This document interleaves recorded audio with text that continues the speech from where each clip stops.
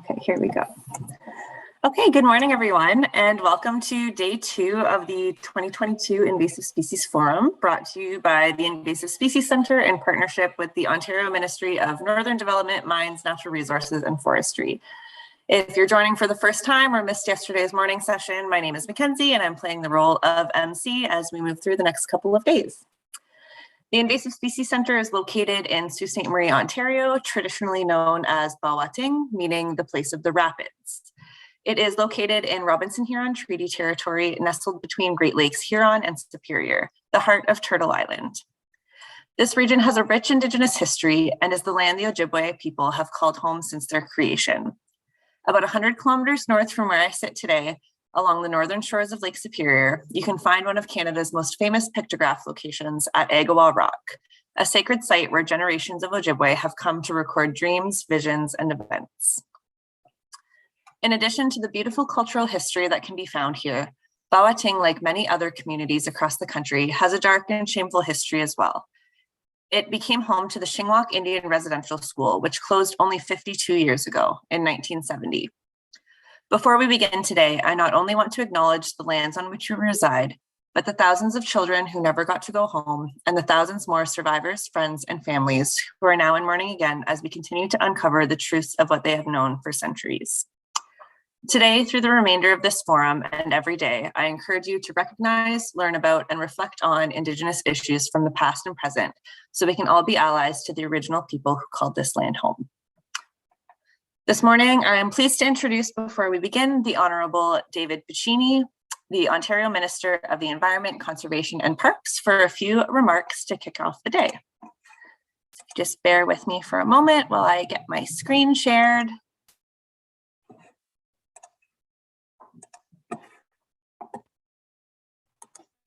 Hello, everyone. I'm really proud to join you today. I'd like to thank everyone at the Invasive Species Centre for everything you do to increase our understanding about invasive species and to spur action and solutions to better our environment. The annual Invasive Species Forum does a wonderful job of bringing together experts from around the world to highlight the latest in scientific research and information on invasive species. I want everyone to know that the Ontario government is a strong partner in preventing, managing, and eradicating invasive species. The Ministry of Environment, Conservation and Parks proudly supports programs such as the Great Lakes Local Action Fund, which is funding a project by the Invasive Species Centre to reduce invasive species from Shield Lake shorelines in the Great Lakes watershed. Invasive species harm Ontario's natural areas and the outdoor recreational activities that they support. This challenges us both socially and economically.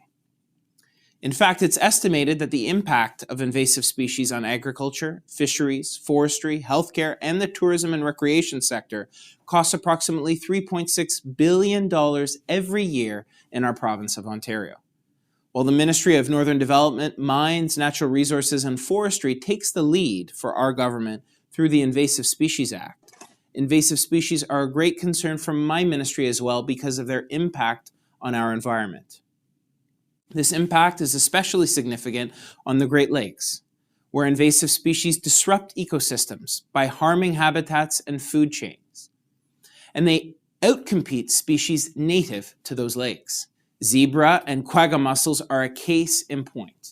In addition to their detrimental effects on local fish populations, they cause serious economic damage by attaching themselves to boats, water intakes, and other structures, and we've all become far too familiar with this reality. Our government is working hard to address these issues while also working to address the growing role that climate change plays in propagating invasive species. Extreme weather events caused by climate change like droughts, floods, and hurricanes can carry invasive species to new regions, and while weakening the resilience of new habitats against them. Climate change can also change shipping routes and reduce travel times, enabling invasive species to survive shorter trips. This is why the 9th Canada-Ontario Agreement on Great Lakes Water Quality and Ecosystem Health, or COA, gives prominence to climate change and invasive species. In fact, Annex 7 of the agreement sets out 7 commitments to protect the Great Lakes from aquatic invasive species. This covers areas like ballast water regulations, coordinating early detection and response to new invasions, assessing risks of new aquatic invasive species and pathways, and greater outreach and partnership to the Great Lakes community. In addition, Ontario is currently conducting a review of the 2012 Great Lakes Strategy to ensure the strategy evolves to address current and future challenges facing the Great Lakes. This review will engage the Great Lakes community for their input and perspectives. And this is going to be so important. Our government also works with Ontario Parks to protect the ecological integrity of provincial parks and conservation reserves across Ontario from harmful invasive species. Each year, Ontario Park staff spend thousands of hours actively managing and removing invasive species from these special places. These are the special parks that we all love to enjoy in the summer and winter months. Examples include the management of invasive Phragmites at Rondo Turkey Point and Long Point provincial parks. Ontario Parks also does an excellent job of educating the public and promoting actions that can be taken by campers, hikers, and staff to prevent the spread of invasive species from our province. We all have a role to play. Some of these best practices include purchasing and burning firewood locally, using boot brushes at the head of hiking trails, cleaning boats and boating equipment, cleaning fishing gear, and properly disposing of leftover bait and soil. The work being done by Ontario Parks drives home the point that every one of us has this role to play in preventing, managing, and eradicating invasive species, and I'm grateful for the work that we do collectively alongside partners like you. Again, I want to thank the Invasive Species Centre for the opportunity to speak to you today, and I wish everyone an informative and inspiring day. Thank you for having me, and thank you for all that you do. Wonderful. Okay, thank you, Minister Puccini. Now we are going to get started with our first session of the day on forest invasives. So I'm going to pass it over to our session moderator for this morning, Madison Sturba. Hi, thank you so much, Mackenzie. So good morning, everybody, and welcome back to day 2 of the 2022 Invasive Species Forum. This is the 3rd year of the forum, which will take place annually the first week of February. My name is Madison Sturba, and I'm the Training and Outreach Intern at the Invasive Species Centre. I'm speaking to you from Windsor, Ontario, on the traditional territory of the Three Fires Confederacy of First Nations. I'm very excited to be your moderator for the first session of the day, all about forest invasives, developments, and research and management. As a quick little note here before we get started, I encourage you to use the Q&A feature and not the general chat if you have any questions for the speakers. After each presentation, there will be a Q&A period where we'll have the presenters address any questions that you have, as many as possible. So we'll kick it off here today with our first speaker. I'd like to give a very warm welcome to our first speaker, Philippe Tanguay, who will be talking about new methods to detect Brachylia fagocerum, the fungal pathogen responsible for the oak wilt disease. Philippe, you can go ahead and share your screen. That's awesome. Philippe Tanguay is a forest pathologist working at the Laurentian Forestry Centre, Canadian Forest Service, Natural Resources Canada in Quebec City. Dr. Tanguay carries out various activities related to forest pathology. He uses genomic data to further the understanding of interactions between forest pathogens and their hosts. He also uses genomic data to develop rapid and efficient detection tools to prevent the introduction and spread of forest pathogens. Welcome, Philippe. The floor is all yours.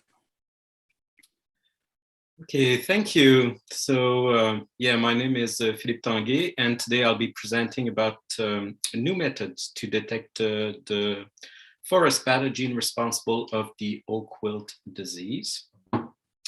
So just a brief introduction about the disease before starting on detection.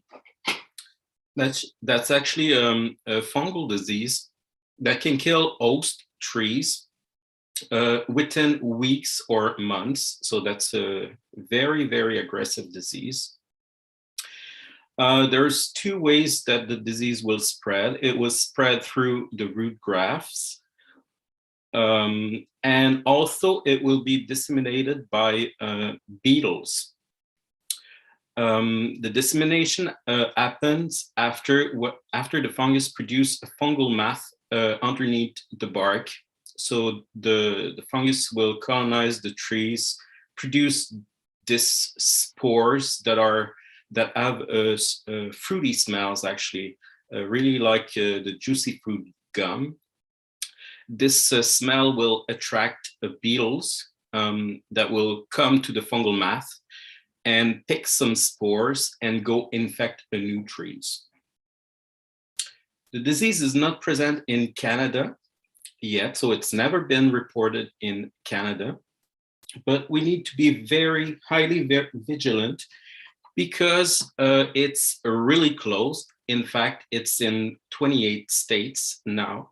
It's been reported in 28 states now. It looks like it's spreading. It's been spreading for the last 10 years northward.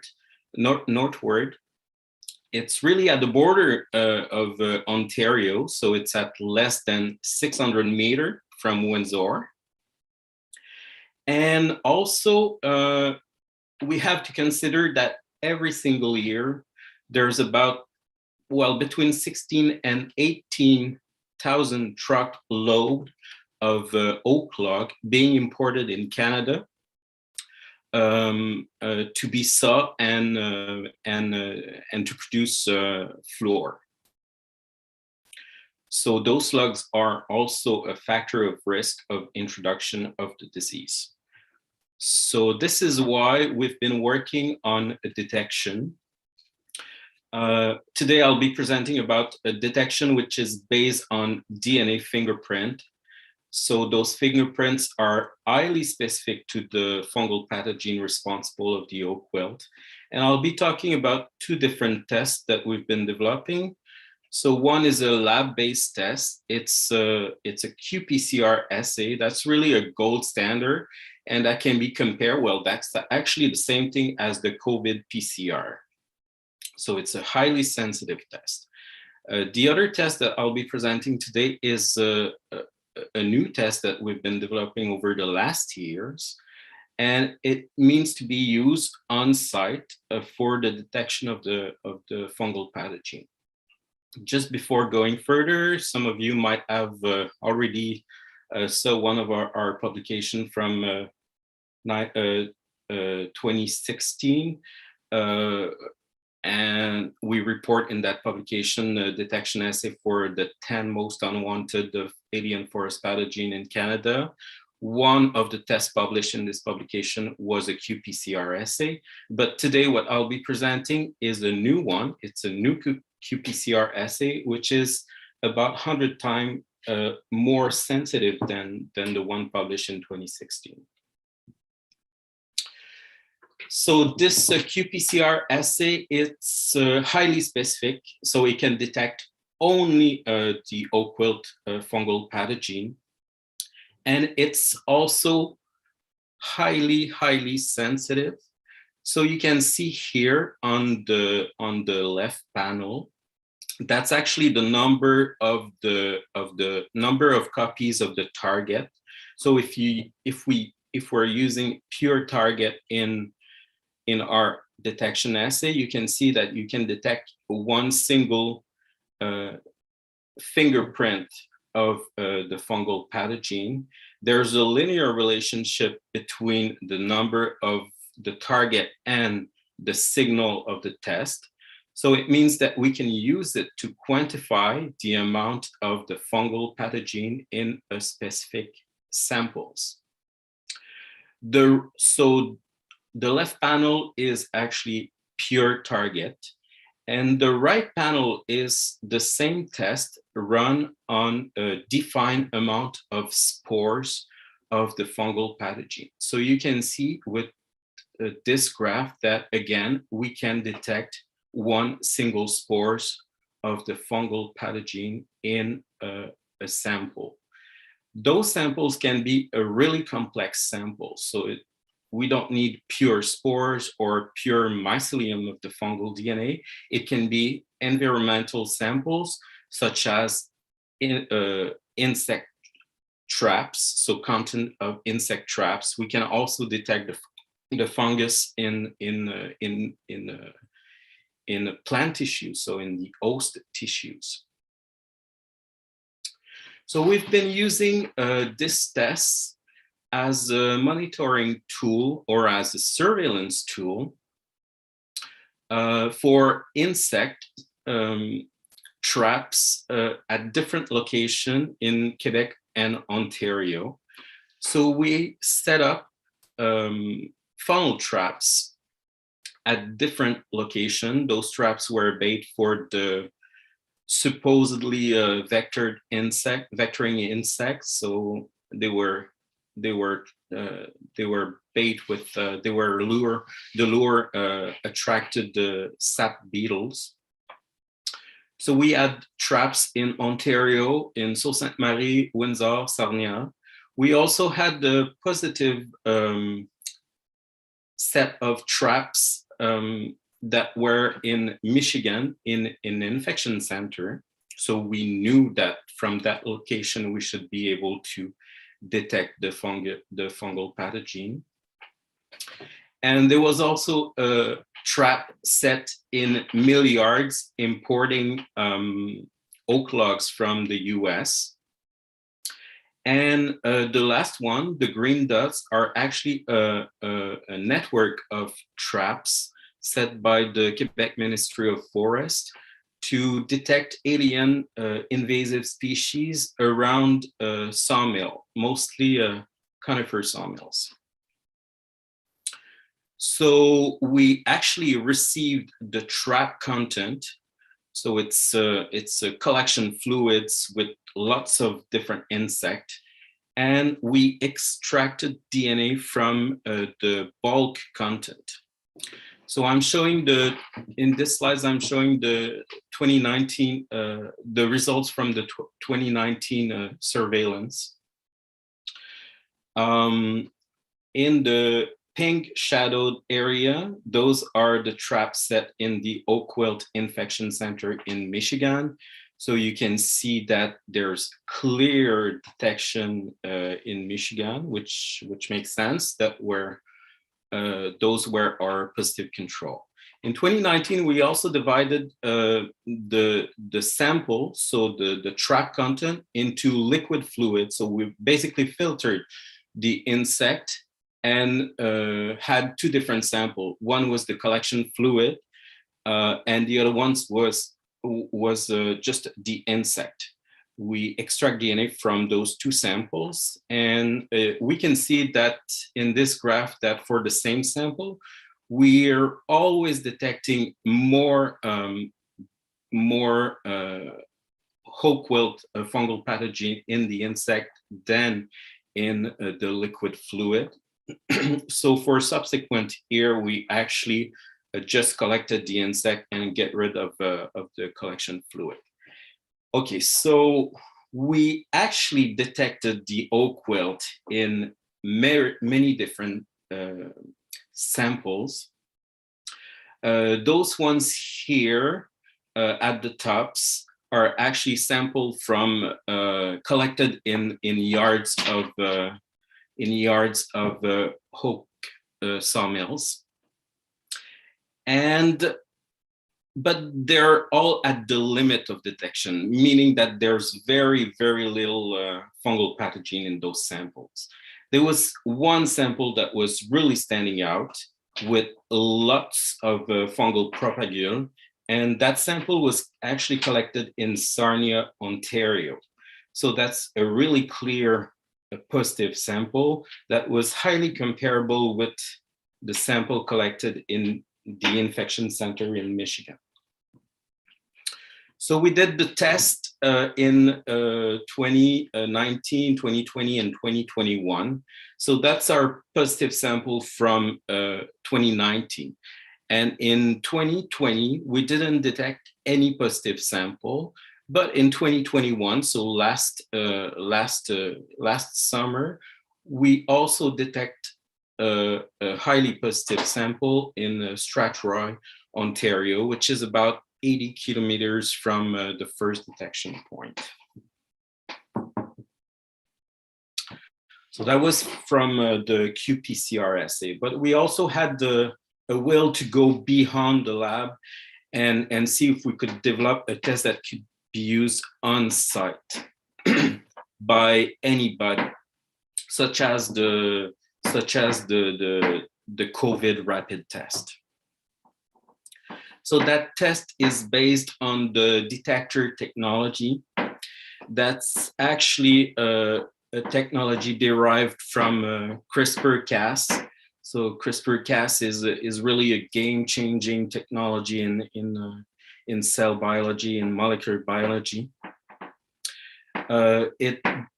It's actually the CRISPR-Cas complex will detect the target molecules, and the Cas12, actually this enzyme has a transnuclease activity once it detects the target. So you can break down a reporter probe, and that probe is being fluorescent. The beauty about this test is that it can be run on site. The only thing that you need is a cell phone, an application that will actually control a mini heating block, such as this one here, and you need a source of blue light to detect the fluorescence. This whole test it can be run within 60 minutes, so that's really fast to get an answer. We've been running the test with fungal math provided by one of our collaborators in Michigan.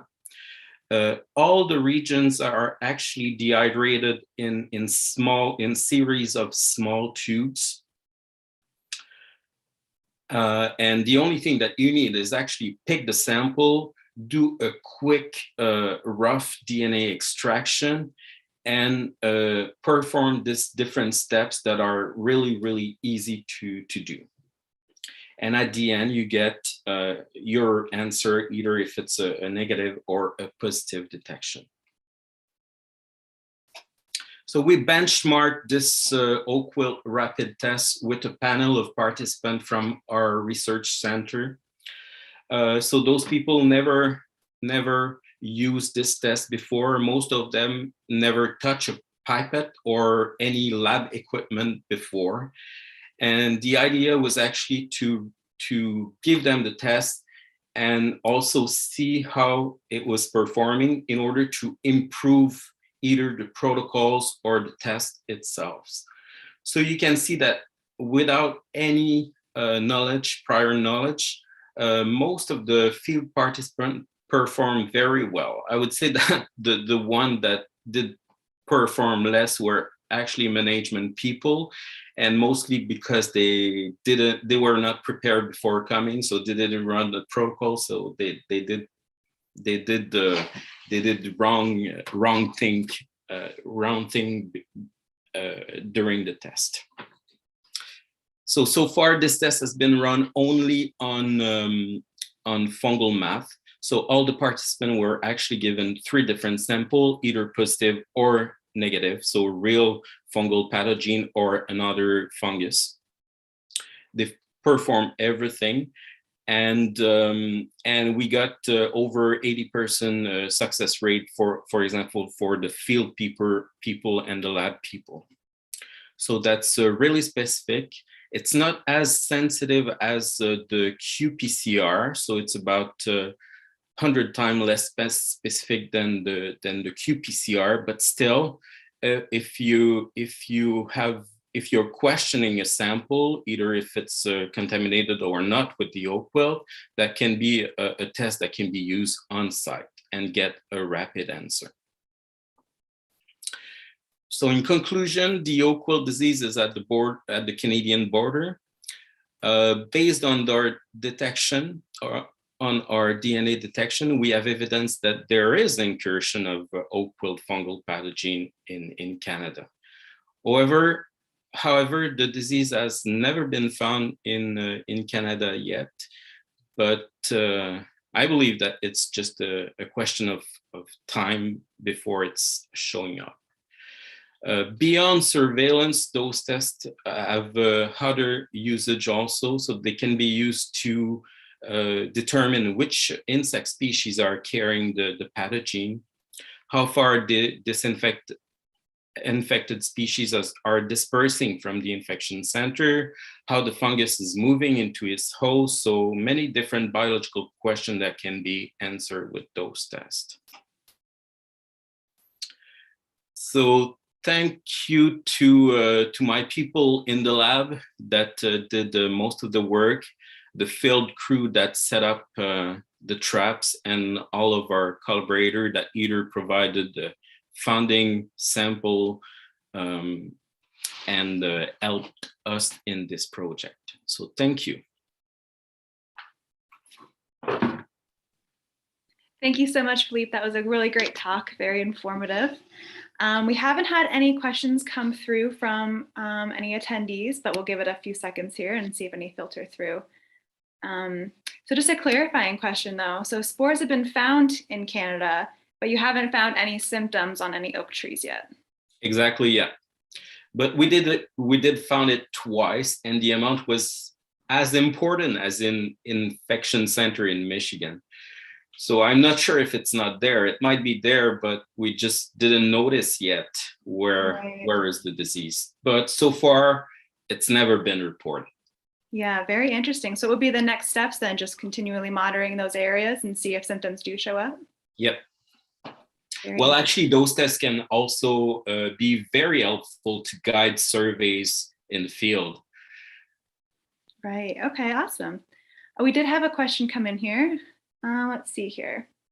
Can you elaborate on the field functionality of Detectar? Does it require a sample of a fungal mat, or can it be used on plant tissues? How do you envision it being used to manage oak wilt once it's established in Canada? So actually the test so far has been run only on fungal mat, but we're planning on it extending and verifying if we can using on other kind of samples. And we did apply for funding in order to see if it can be applied, for example, on wilt twigs or wilt leaves found on an oak. So I guess in the coming year we'll be able to answer if that test can be used for other kind of samples. Yeah. And the other part of the question was about? It said, yeah, how do you envision it being used to manage oak wilt once established in Canada? Well, actually, those tests can be very useful. For example, in New York State, they had the very punctual infection center that they eradicate, but they keep monitoring if they can still find the fungus surrounding those infection center. And the answer is yes. So actually, we're actually collaborating with New York to transfer those assays also for them to monitor the eradication procedure, so the efficacy of the eradication procedure. Okay, awesome. Thank you. Let's see, we have another question here. It says, this has amazing potential. Do you have other fungal genetic profiles that you're looking to test for? Has there been a relationship established between OWF and LDD moths? Well, actually, a part of another project that we're working on oak wilt is a metabarcoding of the whole content of the fungal traps, of the insect traps. Actually, we have data about the diversity of the insect found on those traps. And right now we're trying to see if there's any relationship between the presence of the fungus and the presence of specific insect species. Okay, sounds great, thank you. Another quick question here, what is Sherlock? Sherlock? Okay, so Sherlock and detectors are a very similar assay. So I'm not sure if that's what the question is about. So they're just using two different kind of enzymes and of Cas enzymes. So Sherlock is for RNA detection and detector is for DNA detection. Awesome, thank you for that. But that's the same technology. Gotcha, sounds great. Andrew says, thanks for the excellent presentation. Can you speculate on the impact of oak wilt disease to urban oak trees? Will it be a similar impact to oak trees found in natural areas? I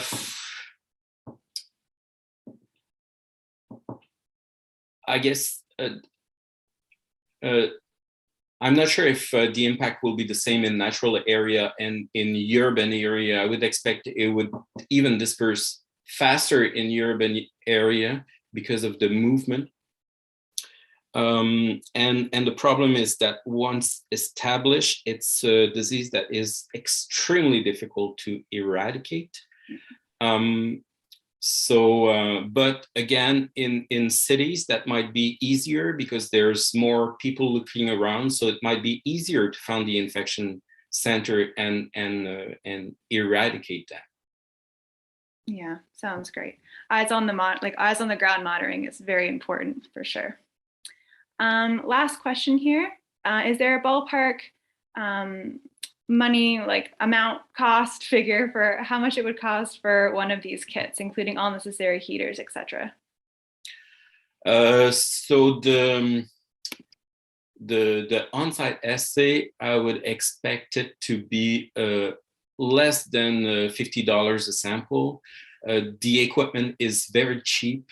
So, for example, the blue light is $20, and even the eating block is less than $1,000. So that really doesn't cost much to get equipped. And you know the application is for free, and you're using your own cell phone. Wow, and awesome. The rest is pipette, disposable pipettes. So that's very cheap. Yeah, very awesome. Well, thank you so much. That was our last question. I really appreciate all of your time. Thank you so much. Okay, so I'm excited to now introduce our second speaker, Gerard Sapez, and his presentation, Physiological Mechanisms Underlying Oak Wilt and Drought Decline in Red Oaks Enable Disease Detection Using Drones. Gerard Sapez is a postdoctoral researcher with the University of Minnesota. Gerard's expertise is in the area of plant ecophysiology with a focus on detection of tree stress and mortality due to drought and biotic agents. Thanks for joining us, Gerard. I'll pass it over to you now. Thank you for inviting me today. So I want to talk today a little bit about the physiology of oak wilt and taking advantage of that to detect it. So let's see if I can make this work. All right, so first off, I want to thank everybody who was involved in this project. This project is led by Dr. Cavender Barres at the University of Minnesota, who is also the director of the Ascend Institute, which funds this research. So oak wilt, as Philippe already has explained, is an invasive disease that has spread across the United States and keeps spreading. It mainly destroys oak forests, and it specifically targets more heavily red oaks, for instance, than white oaks.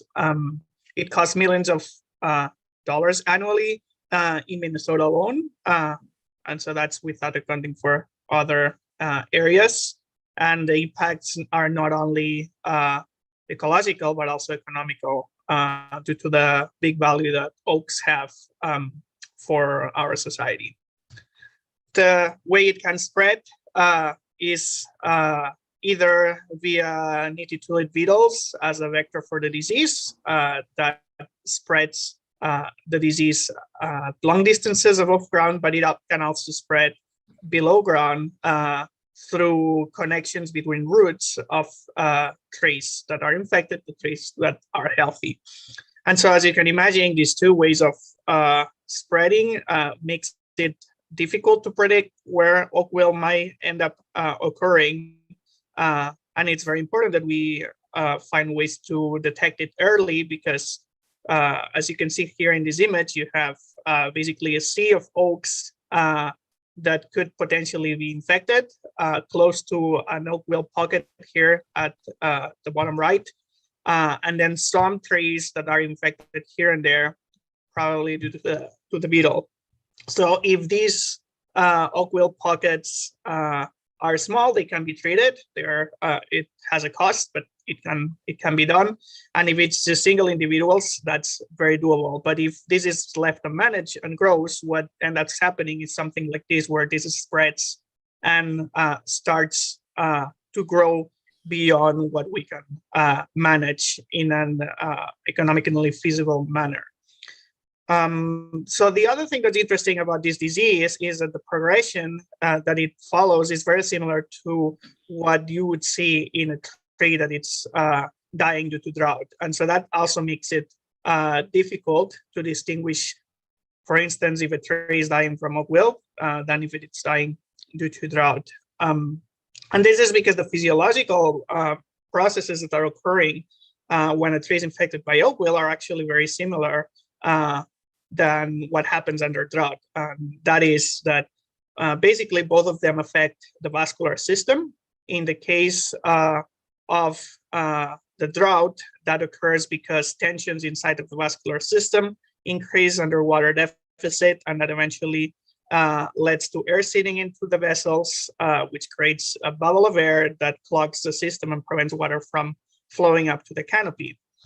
In the case of the oak wilt, what happens is that the fungus uses the vascular system to travel through the tree and feed on the cells, carbon storage. And as a response, the tree triggers a defensive response, which is to form these kind of balloon-like structures called tyloses that seal the vessels and prevent the fungus from spreading. But that at the same time comes at the cost of also clogging the vessel, and water cannot move towards the canopy. In turn, what that leads to is to an effect on photosynthesis and carbon uptake from the tree, because eventually leaves become carbon limited due to lack of water. And so you end up having both effects on the water and carbon physiology of the tree. And so we pose that actually this is on one side a problem because it prevents us from distinguishing trees that are affected from drought from trees that might have oak wilt. But on the other side, we can take advantage of the common effects on the physiology of the trees to improve or find new ways to detect the disease. And so this is what we want to do here. So with that, I want to take you through a trip that goes from the cell level all the way to the whole tree level. And we're going to ask the following questions. Which physiological processes are associated with oak wilt infection? Can we detect oak wilt before trees show visible symptoms of infection? And how early can we do that? And then finally, can we differentiate physiological decline due to oak wilt from drought stress? So the way we did this was doing a full factorial experiment at the University of Minnesota outside with 100 red oak saplings. And then we had 25 trees for each group. We had a control, trees inoculated with oak wilt, trees in which we imposed drought, and then a treatment in which we did both. We first inoculated with oak wilt, and then we imposed a drought to see the combined effects. We did a bunch of measurements. We're not going to go through all of them. Just notice that we measured things related with photosynthesis in green, things related to the water status of the plants in blue, things related to cell damage in red. And in addition to that, to all of these physiological measurements, we also followed the infection stage of each tree, and we measured leaf level and canopy level spectra for every individual, along with drone campaigns that do the same, but at higher spatial resolutions. So today I'm just gonna focus on a couple of measurements on the water side, and one on the damage side, and the spectra, but you can ask me about the others. So starting at the cell level, we're gonna look at the very mechanisms by which oak wilt affects the vascular system. And we do this using a technique called Xylem Staining, that it's basically moving water through the stem of the tree with a coloring dye that allows us to see which vessels are moving water and which ones are non-functional, and the spatial distribution of these functional vascular system. So what you have on the right basically is the footprint that you see from the tree on the left. Those are the vessels at work. In a tree, in a red oak that's working well, you should see between 1 and 2 rings that are colored, because that's the number of rings that remain functional before the tree forms tyloses as a normal process as the wood ages. So what we see when we move water with coloring through the different treatments is that our control trees have a fully active vascular system, as you can see here in green. Oak wilt trees are between a range of having no functional xylem at all and some functional xylem, like you can see in this picture here. And the non-functional xylem is all located continuously in the area where infection occurred. Whereas treatments that had drought basically have no functional xylem, and that remains functional is spotty here and there in a random manner. To add a little bit more complexity, those are just 4 trees. When we do this across many of them, what you can see that this pattern holds, and we see that symptomatic trees, and I call symptomatic anything that is becoming brown, either due to drought or oak wilt, has very little functional xylem. And then trees that are asymptomatic, such as controls or oak wilt trees that did not develop symptoms, have much higher amounts of functional xylem. In fact, what I have shown you here on the left for the oak wilt is an asymptomatic tree that did not show symptoms in the canopy, but you can see that part of the xylem was actually already non-functional. It was just working with what it had left. Then the cool thing from this technique is that what I showed you before was just moving water at the pace that a tree would move water, but you can also flush water through the vascular system at higher pressure. And what that does is remove the air bubbles that are caused by drought. And so that gives us the opportunity to see which vessels that were non-functional in drought treatments were because of drought, whereas other vessels that might have been non-functional due to oak wilt in the case of the drought and oak wilt treatment. And so you can see here that we now have recovered a lot of the functional xylem in the drought treatment after moving water at high pressure. The controls have remained the same. The oak wilt has a little bit more of color in the functional area, but the part that was non-functional, it has remained not functional because you cannot flush tyloses from vessels. You can only flush air bubbles. And then the tree that had drought and oak wilt has regained functionality, but it still has an area that has not remained non-functional due to the tyloses. So when we do test this statistically, we can see now in this case that we see a statistically significant difference between symptomatic oak wilt trees and symptomatic drought trees. So this is a way you can distinguish whether a tree may have oak wilt from one that has drought. And in the case of the asymptomatic ones, in this case, we still do not have a significant difference from the control. In the case of the drought and oak wilt treatments, we see values that are intermediate between what you see in the oak wilt treatment and the drought, which makes sense. The last thing we can assess using this method is the continuity of this lack of function, what I have here highlighted as black.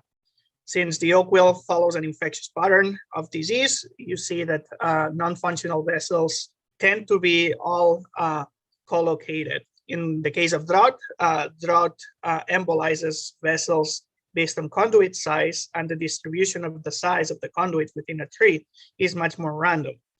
So if you divided this circumference by sections and counted how many continuous sections do not have function, you can get an index of dysfunction continuity if you want.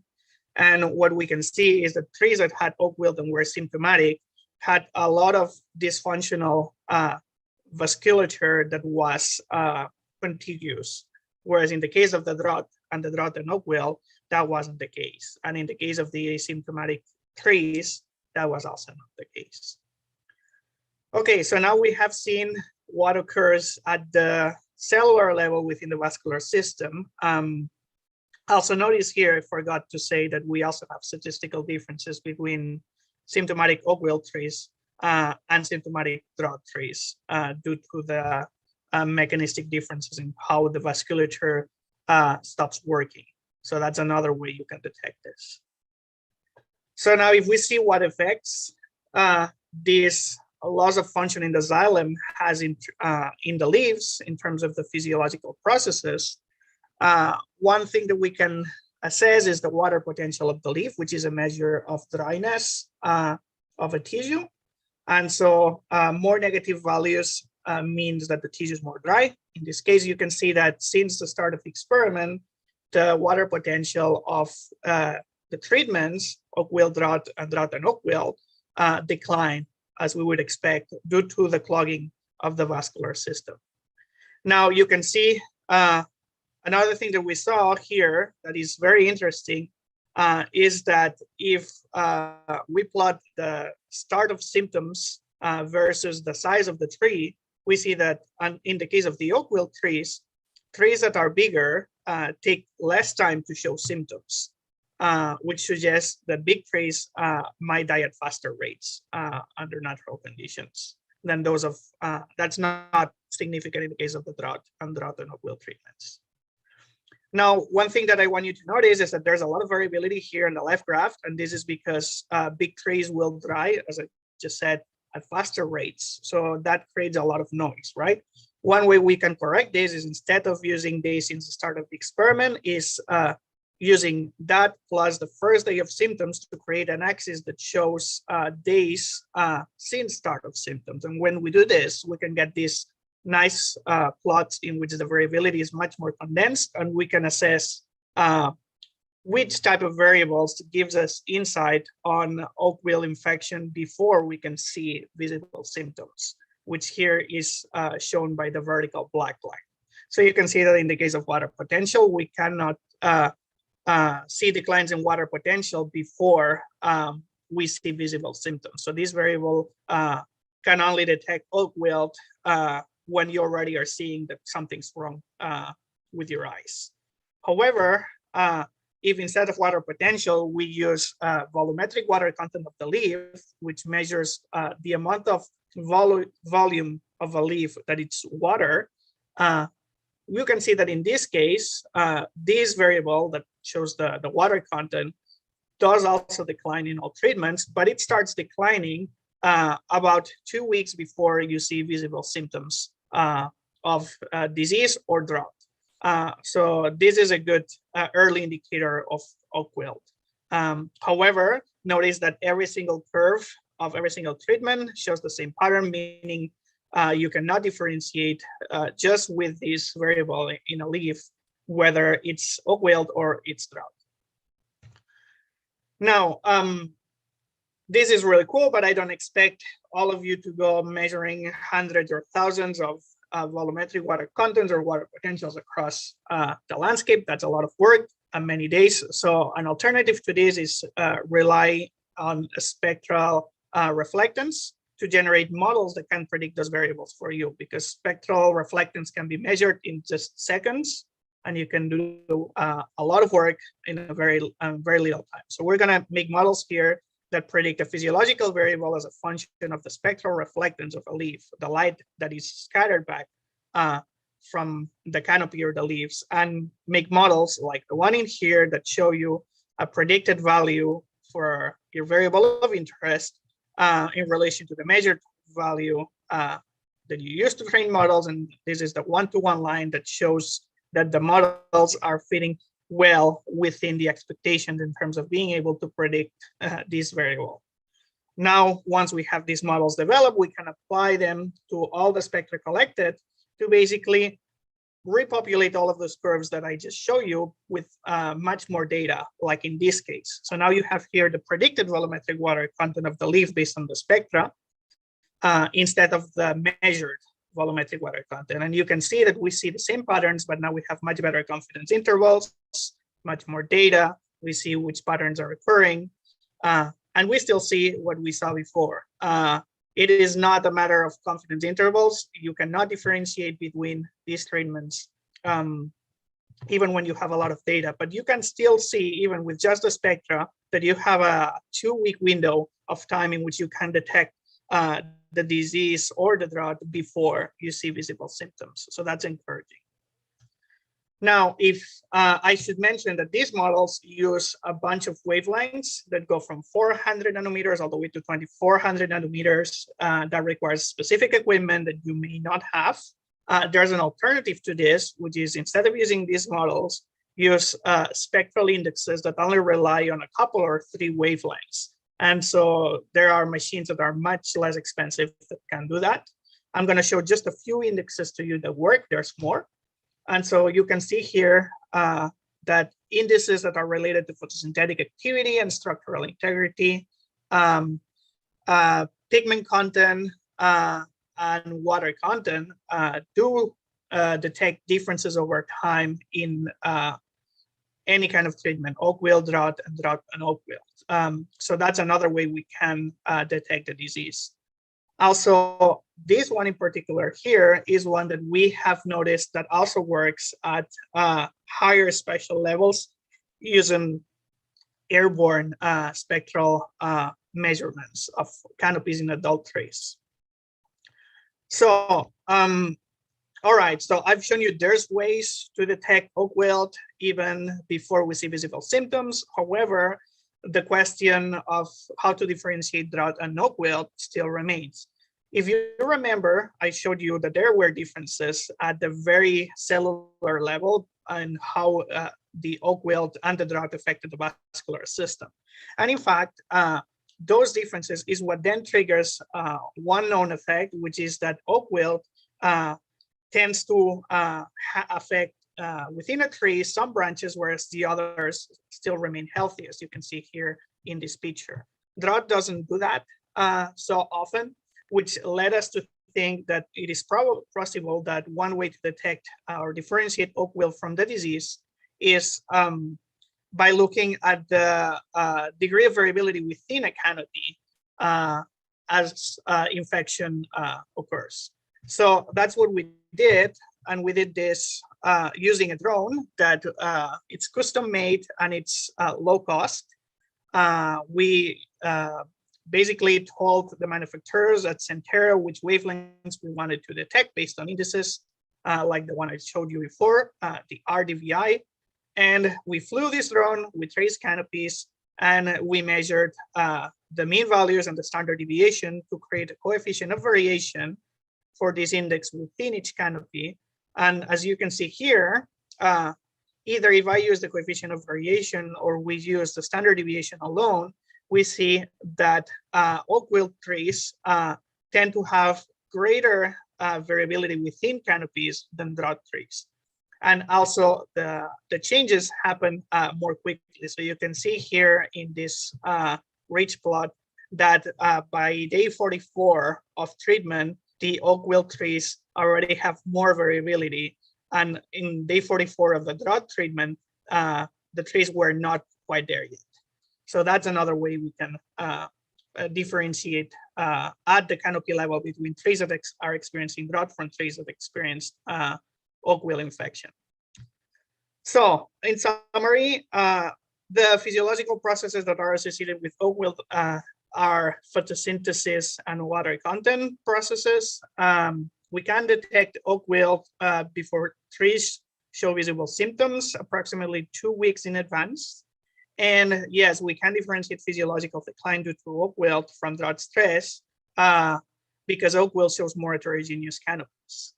With that, I just want to point you out towards another paper that we worked on, which is called Canopy Spectral Reflectance Detects Oak Wilt at the Landscape Scale Using Phylogenetic Discrimination. You can find this on bioRxiv, and we apply similar approaches to detect infected trees and differentiate them from healthy trees. So with that, I'm happy to take any questions. And here is my contact information in case you want to ask me something later. Thanks.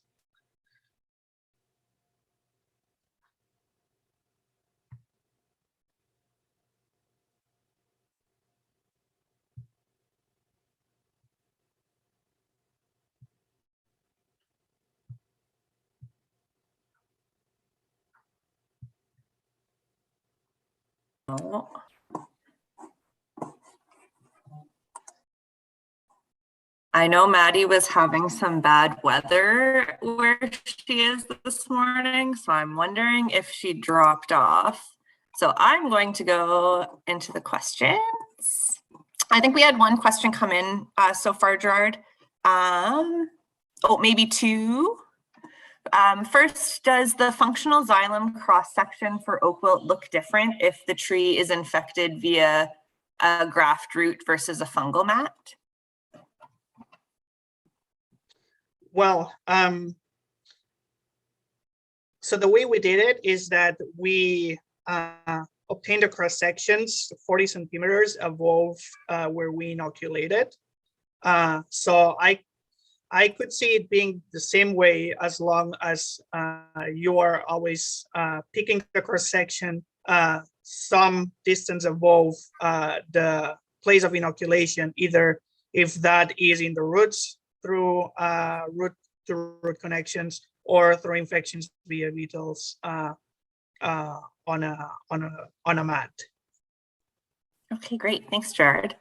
I would say you just need to make sure that you put it above that place and at certain distance if you want to observe if the fungus is spreading or it's contained. Because if you just do this where the inoculation occurred, you're for sure going to find that there is oak wilt there. Okay, great. Thank you. And then fascinating work. Was there any concern that having this open air trial would increase the incidence of oak wilt in the area where the trial was run? That's a good question. Well, there is always a concern and you should definitely be careful. The thing is, if you look, we basically did the whole experiment within a time frame that nomads would be produced. And at the end of it, all of the trees, either inoculated or not, were basically burned so that any potential spores that were there would become non-viable. Okay, great. Maddie, do you want to take that last question that just came in since you're back? Yes, sorry. No, that's okay. Storm warnings here in Windsor, so my Wi-Fi is all crazy. I'm not sure. I don't have everything loaded, so I'm sorry if this is already asked. Is there works going on to move from drone to satellite imagery to detect oak wilt? Yes, there is. We actually got a grant funded from NESA that is exactly going to try to do that. We're going to try to combine the results that we have seen at the field in terms of the physiological processes and the wavelengths that we have noted to be important to describe oak wilt. And we're going to use all of that to try to scale to satellite level. But this is work that it's still very green and we're just starting. Awesome, thank you so much. That's really interesting. All right, well, thank you so much for your talk. That's the last of the questions here. Really appreciate your time. Thank you for the invite. Yeah, of course. So it's my pleasure to introduce our next speaker, Mackenzie Dicaspero, who will speak on the pathway risk analysis and mitigation strategies for Ontario's forest industry. Mackenzie utilizes her background in ecology and forest pest management to inform her work on programs related to invasive pests and pathogens that threaten forest health. Her work includes training for the public and forestry professionals, as well as research and program development for threats on the horizon, such as oak wilt. She holds a BSc in biology, specializing in ecology, and from the University of Ottawa, and a graduate certificate in environmental from Seneca College. Mackenzie is a director with the Crane Institute for Sustainability, a local food bank volunteer, and member of the Gouli Fire and Rescue Volunteers. Take it away, Mackenzie. Thanks, Maddie. Can you see my screen okay? Yep, we can see it. Okay, great. So today I'm going to be talking about a pathway risk analysis and some mitigation strategies on invasive species for Ontario's forest industry. I'm actually really excited to be presenting this work today. It's the first time that this analysis has been presented, so I hope you guys enjoy. Okay, before I begin, I do just want to send a thank you to all of the people that were involved in this project. It was some collaborative work between the Invasive Species Center and the Ontario Ministry of Northern Development, Mines, Natural Resources and Forestry. So thank you to all of our OMNRF partners, especially from the Timber Division. And then I also want to send a thank you to a few former colleagues from the ISC, Mandy Ennis, Alexandra Farkas, and David Nisbet. I saw Alex was watching on the call today, so shout out to her. I'm going to try to spend most of my time going over characterizing the risk associated with wood fiber pathways in Ontario. And then I'm going to briefly cover some mitigation practices that are currently in place. And hopefully, if I have some time, I'm going to get into a summary of an awareness and concerns survey that we sent out to forest and mill operators in Ontario before I close with a brief summary. So before I get into the actual pathway analysis, I just want to set the stage a little bit and describe some of the forest regions and how forest management works in Ontario. So we have three major forest regions here in Ontario, the Northwestern region, the Northeastern region, and the Southern region. Within these regions, we have geographic planning areas called forest management units. So most of these units are managed by individual forest companies that hold sustainable forest licenses. And these are all of the blue, gray, and black sections here in this map. So before any forestry activities can take place within these units, there must be an approved forest management plan in place. So this will be important a little bit later on in the presentation. So our import partners in Ontario generally share our borders, except for British Columbia and Saskatchewan. These two provinces, we have relatively small volumes of wood being imported. From Saskatchewan, we only get poplars, and from BC, we really only get cedars. Manitoba is our strongest import partner for all fiber and species types. Our strongest international partners are Minnesota and Michigan. And we do get some imports from Quebec and New York, but relatively low volumes, but we do get a variety of tree species from those areas, which will be important later on as well. So the data that we used for this risk analysis was provided from the Ontario Ministry of Natural Resources and Forestry Timber Division. The data that we looked at spanned a decade from 2008 to 2019. So within this 10-year span, Ontario imported over 5.8 million cubic meters of forest product from international and interprovincial sources. So that's coming from outside of Canada and outside of Ontario. In that same time period, there was over 56 million cubic meters of forest products moved and distributed within the province. So quite a bit more movement of wood product within the province than we're getting imported. So I want to discuss a bit of the risk regarding different fiber types, because not all of the wood products that are being moved throughout the province and into the province are the same fiber type. So here on the left, you can see the proportion of imported fibers, and on the right, we have domestic fibers. So these are what is being moved within Ontario, and this is what's being imported in. So you can see nearly half of our imported fibers are roundwood. And then we have some whole tree chips and sawmill chips as well.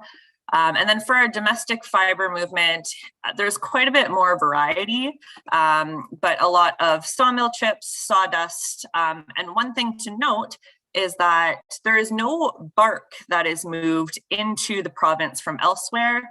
Bark is only moved within Ontario. And this is important because bark is associated with pathogens, egg masses, and cambium feeders. So it's actually quite important that we're not having bark imported into the province. So now I have a table here that kind of characterizes the fiber type and the associated risk. So first I'll kind of get into the differences between a couple of these fiber types. In this first section, we have hog fuel bark and whole tree chips. Hog fuel is any chipped material that is being used for biofuel purposes.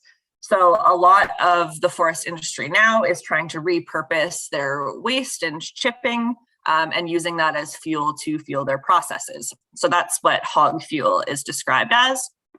Whole tree chips are chips that are created in the forest from stems harvested in comparison to sawmill chips that are produced from waste in the sawmill. Roundwood is the wood in its natural state as felled, either with or without bark.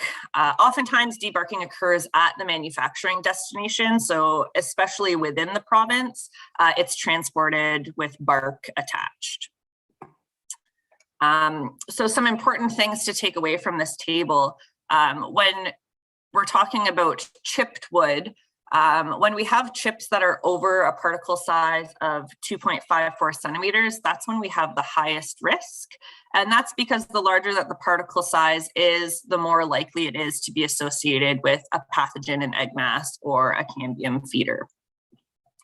As those chips get smaller, our risk is reduced to moderate.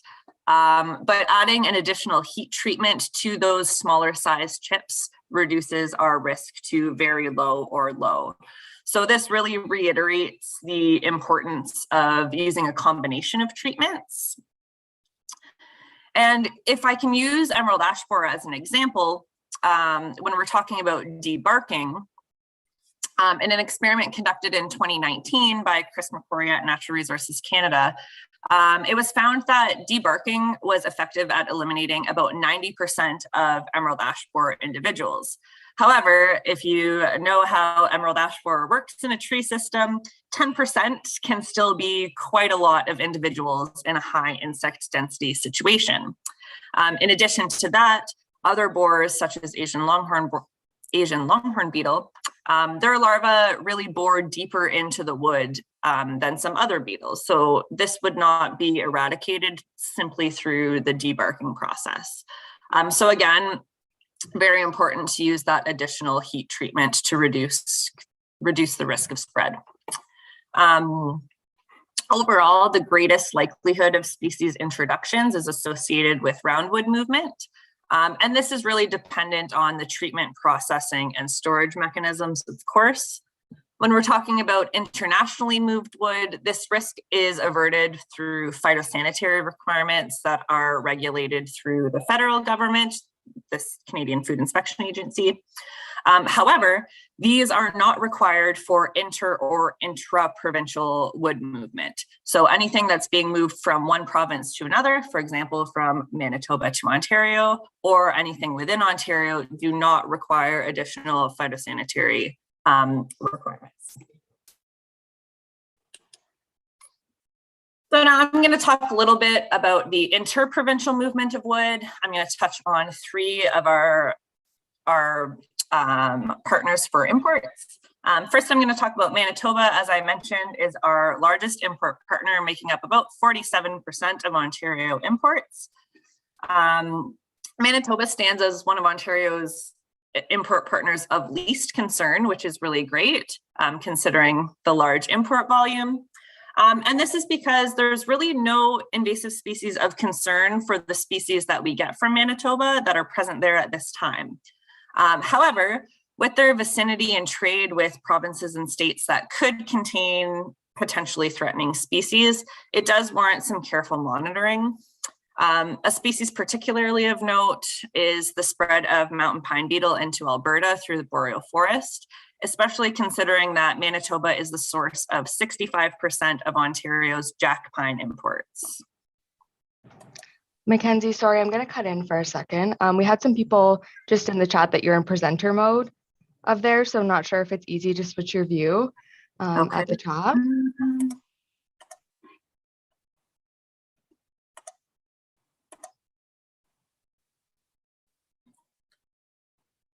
Okay. There you go. You're good there. And we're at about 5 minutes. Okay, great. Thanks, Thank Lauren.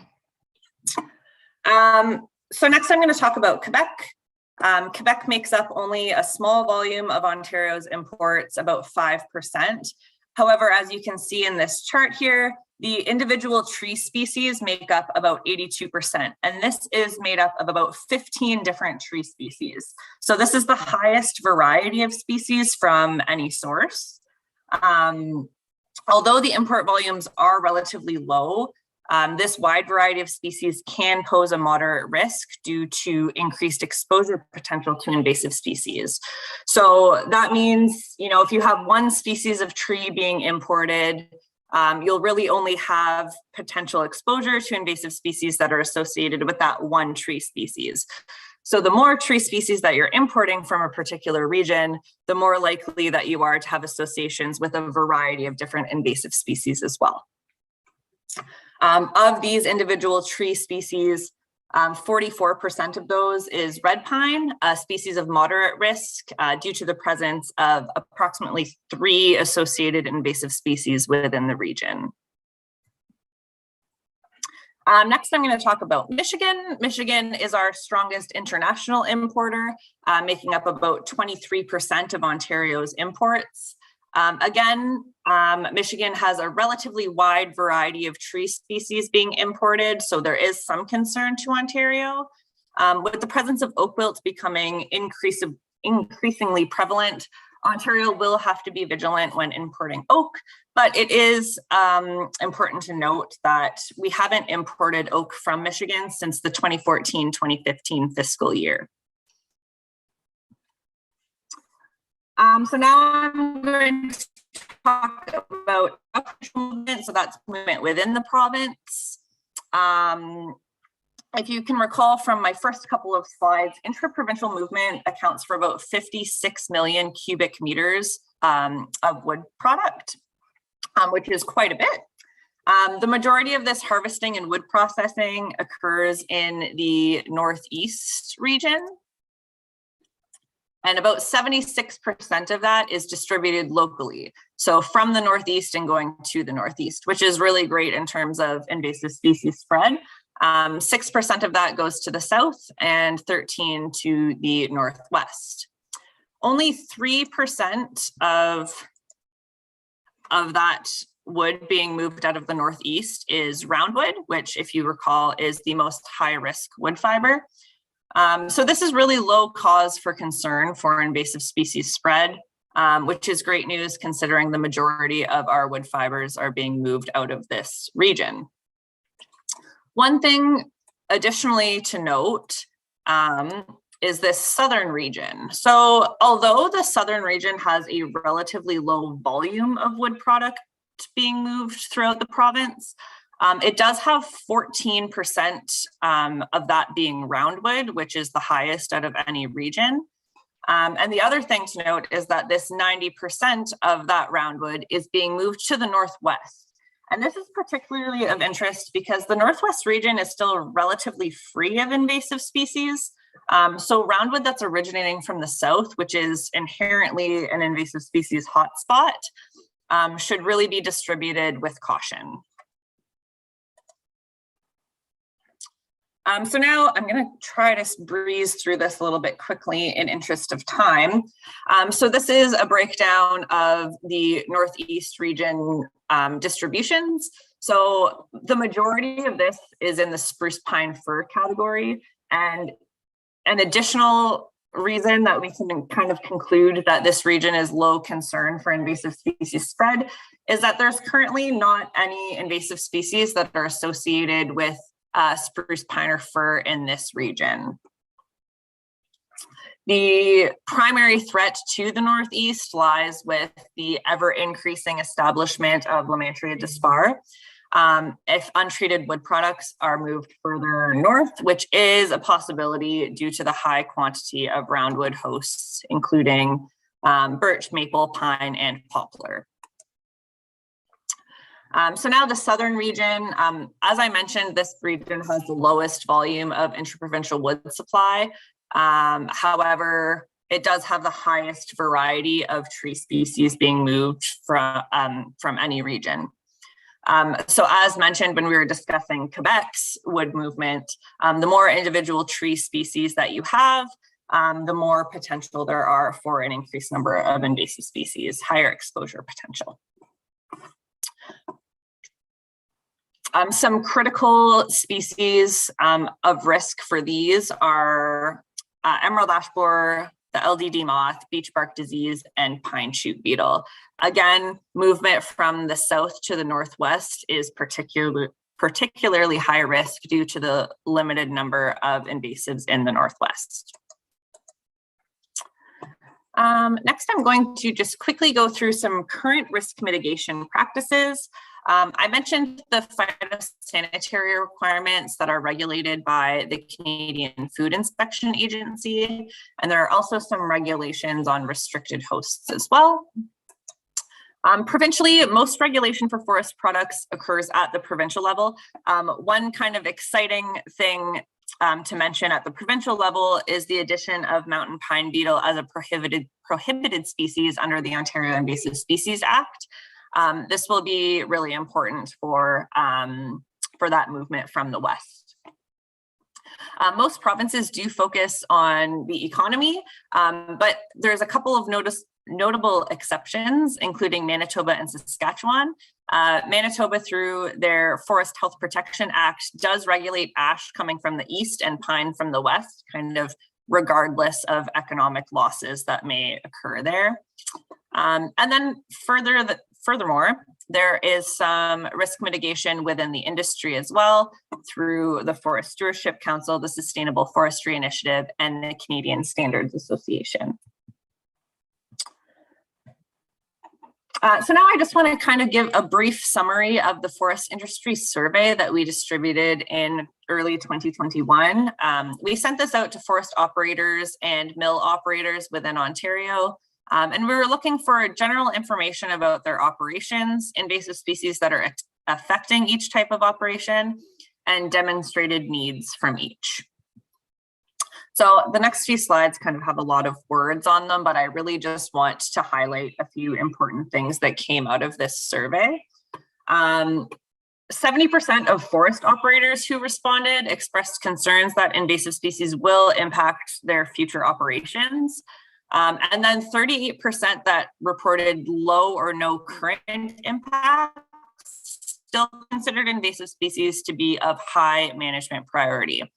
Something else interesting that came out was that roundwood was reported as the dominant fiber type, which, if you remember, is the most high-risk fiber type within the province. And then another thing to note is that none of the respondents reported receiving wood from international sources. So if roundwood is the most dominant fiber type, that means that these products are not going through those phytosanitary requirements that are coming from international sources.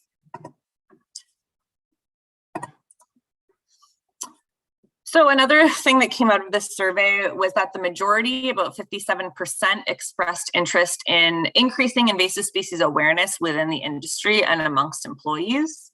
Many answers focused on increasing awareness within the industry, particularly clear management guidelines for pertinent and emerging threats within the industry.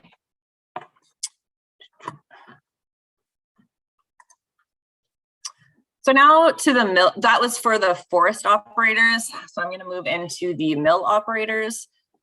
We only had about 26% respondents of all of the mill operators that we sent the survey to. So I think that this is really still a gap in our knowledge, since only about a quarter of the people we sent it out to responded. But 70% of those say that invasive species currently have no or low impacts. However, it was split about 50-50 on whether invasive species preparedness was a high or low priority. They also mentioned that there was an increased time and cost in order to meet compliance requirements for emerald ash borer and beech bark disease in particular. These two are impacting their ability to maintain some operations, either because of widespread mortality or due to unsafe work conditions in the field. One respondent singled out beech bark disease as costing tens of thousands of dollars a year. So while these are costly, it does demonstrate that we do have active mitigation measures in place within the industry. So that's somewhat good news, although it is costly to the people in the industry. Also, good news is that there is overwhelming support within the operators to implement measures that deter the spread and establishment of invasive species, and welcomed the need for simplified materials on pertinent species identification, signs and symptoms, risk potential, and areas to be prioritized. So these materials should really be local and specific to potentially the different regions, the forest regions within Ontario. So finally, in summary, jurisdictional regulations appear to be successful with no demonstrated establishment or spread of invasive species into or within the province. Regulations and awareness in the industry continue to improve, which is really great. And importantly, industry professionals are currently willing and keen to promote awareness of invasive species within their operations. And the Invasive Species Center is actually working on some training right now for forest industry. And if anybody is interested, we just launched a sign-up page for 2 online courses. And after I'm done talking here, I can put the link in the chat if you want to sign up for those 2 courses on forest pests. So that's all I have today. If anybody has any questions, it's time for questions. A reminder that if you missed any of today's session recordings will be available after the event on the ISC YouTube channel. To stay connected on news from the ISC on upcoming events, webinars, and to receive the media scan and newsletter, please visit invasivespeciescenter.ca/signup. Thank you again, everybody. We'll resume the program at 10:40 with session 2B, Invasive Plants, Developments in Research and Management.